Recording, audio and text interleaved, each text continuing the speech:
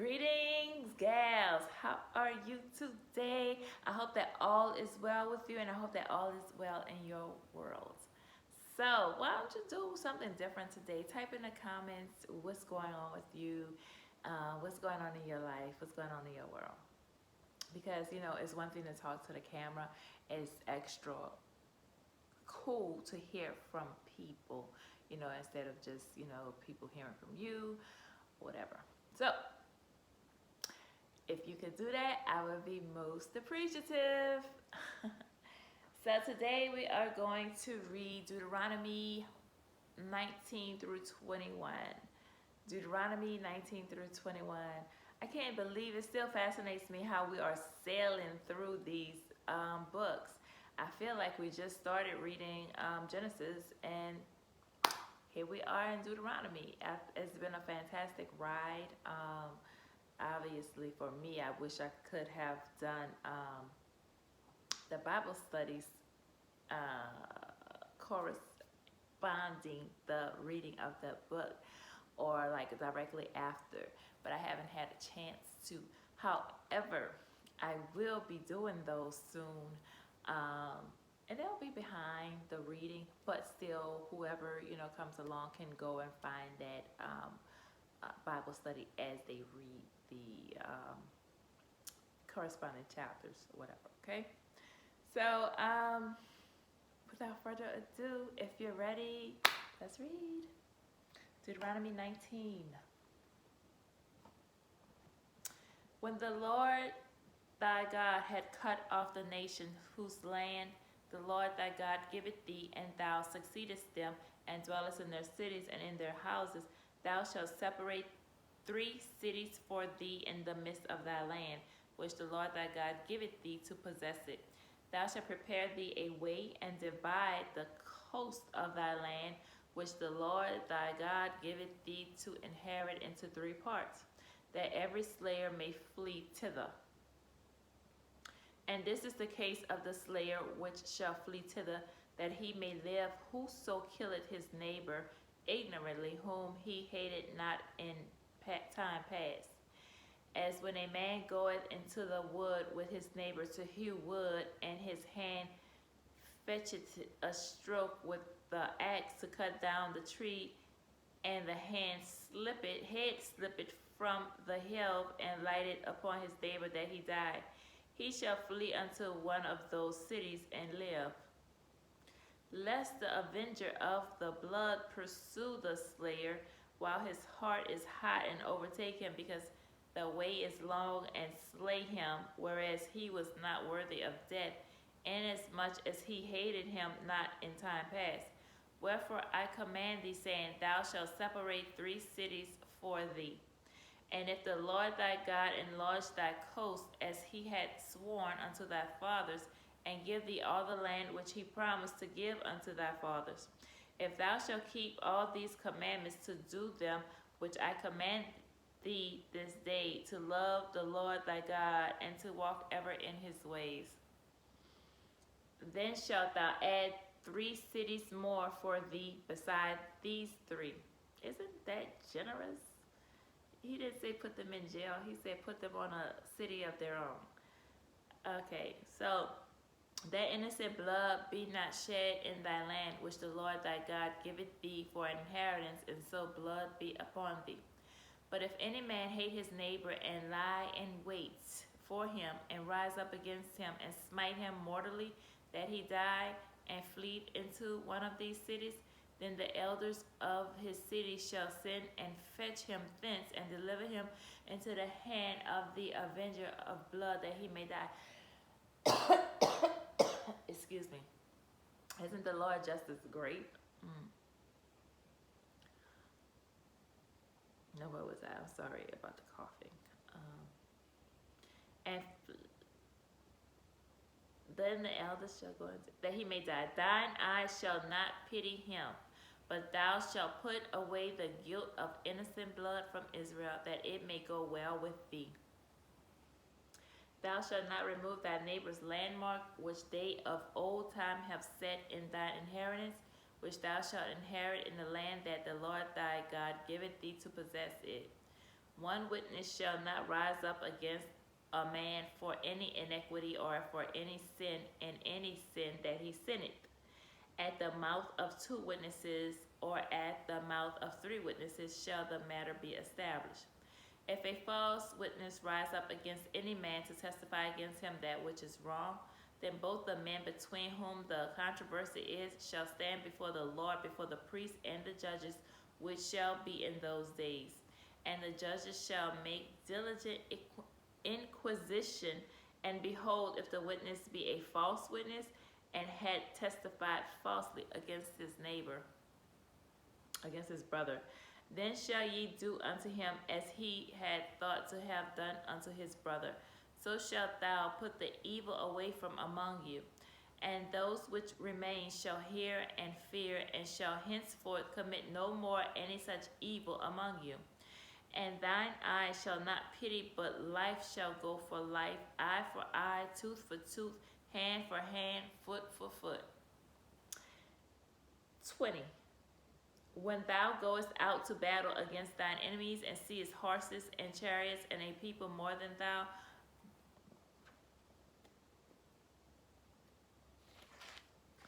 be not afraid of them, for the Lord thy God is with thee, which brought thee up out of the land of Egypt. And it shall be, when ye are come nigh unto the battle, that the priests shall approach and speak unto the people, and shall say unto them, Hear, O Israel, ye approach this day unto battle against your enemies.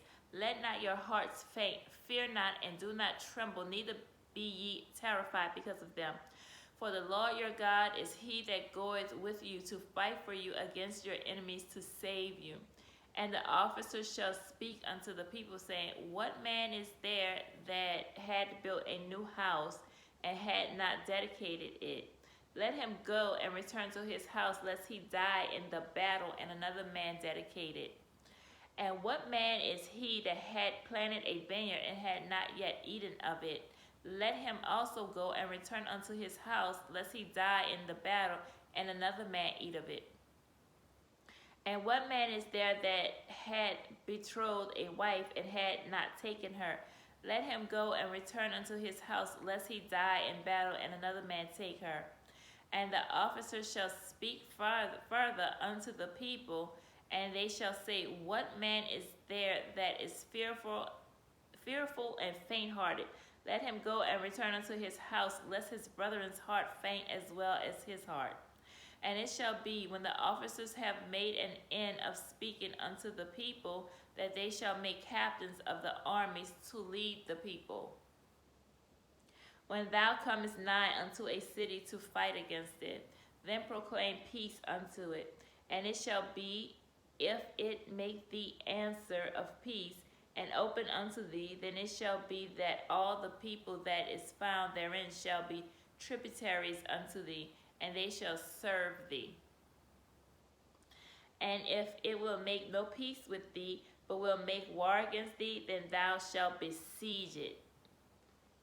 When the Lord thy God had delivered it into thine hands, thou shalt smite every male thereof with the edge of the sword.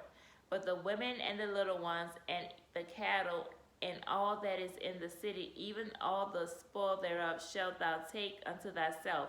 And thou shalt eat the spoil of thine enemies, which the Lord thy God hath given thee.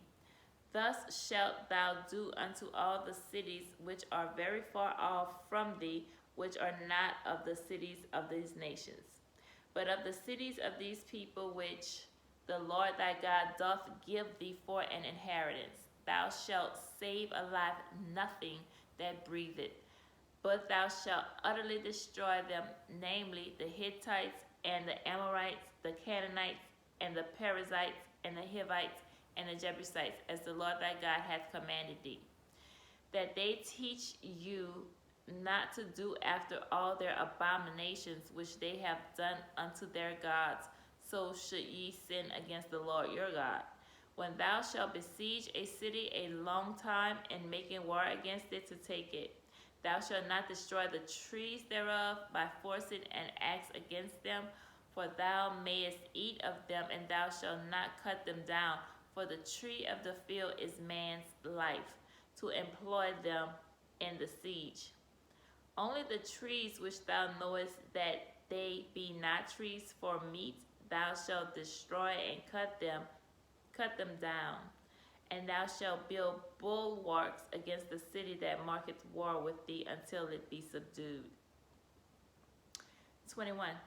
If one be found slain in the land which the Lord thy God giveth thee to possess it, lying in the field, and it be not known who had slain him, then thy elders and thy judges shall come forth, and they shall measure unto the cities which are round about him that is slain. And it shall be that the city which is next unto the slain man, even the elders of that city shall take an heifer which hath not been wrought with, and which had not drawn in the yoke.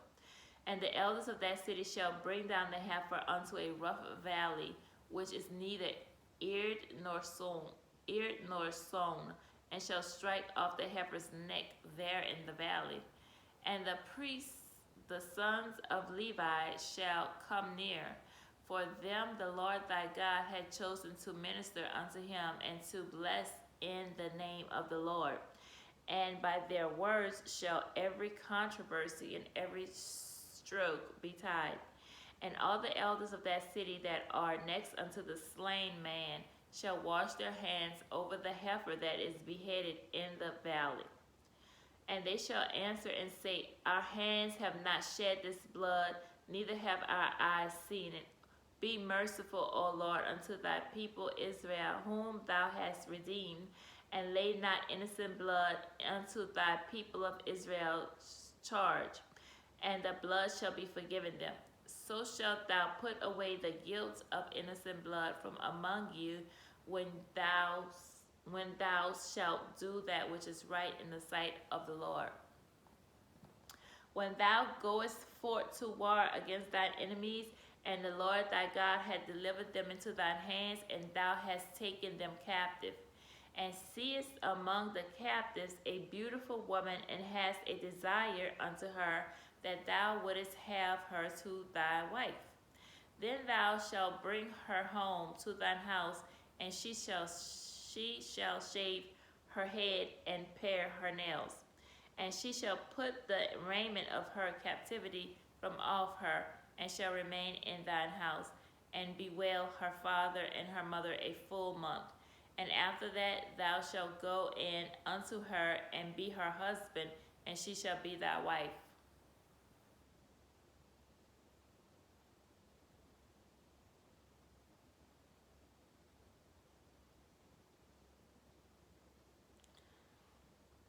And it shall be, if thou have no delight in her, then thou shalt let her go whither she will, but thou shalt not sell her at all for money. Thou shalt not make merchandise of her, because thou hast humbled her. If a man have two wives, one beloved and another hated, and they have borne him children, both the beloved and the hated, and if the firstborn son be hers that was hated, then it shall be, when he maketh his sons to inherit that which he hath, that he may not make the son of the beloved firstborn before the son of the hated, which is indeed the firstborn. That's very interesting. But he shall acknowledge the son of the hated for the firstborn by giving him a double portion of all that he had, for he is the beginning of his strength. The right of the firstborn is his.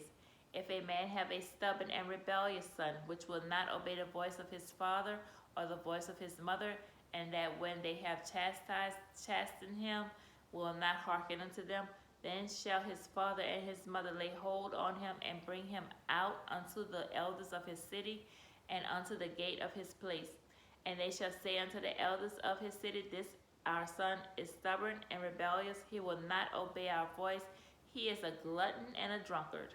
And all the men of his city shall stone him with stones, that he die. So shalt thou put evil away from among you, and all Israel shall hear and fear.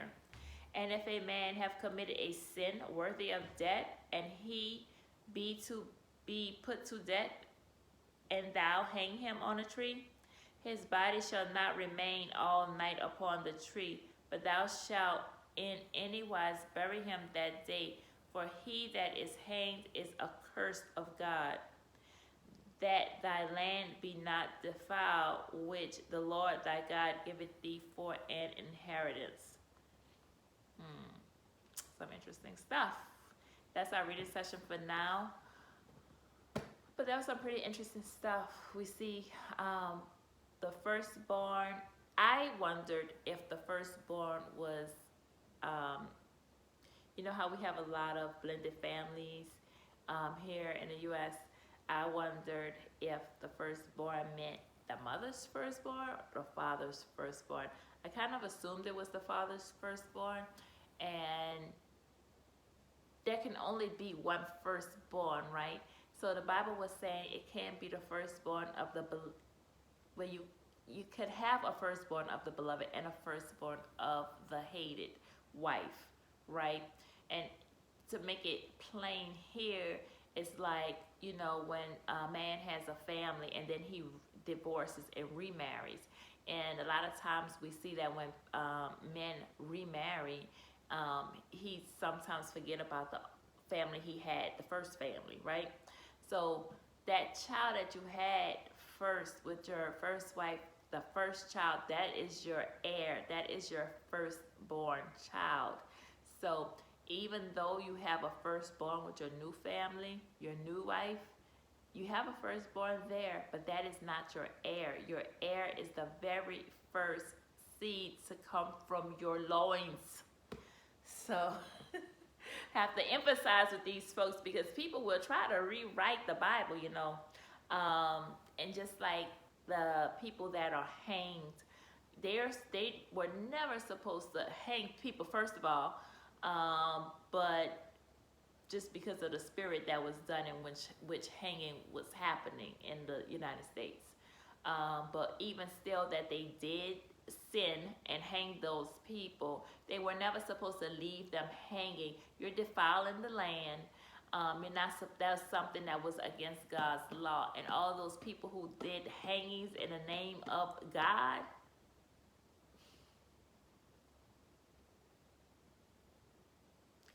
we see that the land is defiled. That's all I'll say. And I'll stop there. I thank you so much for being here with me. I thank you so much for having the heart to read the Word of God. And God loves you. And I love you as well. So until next time, be well, and I'll see you soon. Bye-bye.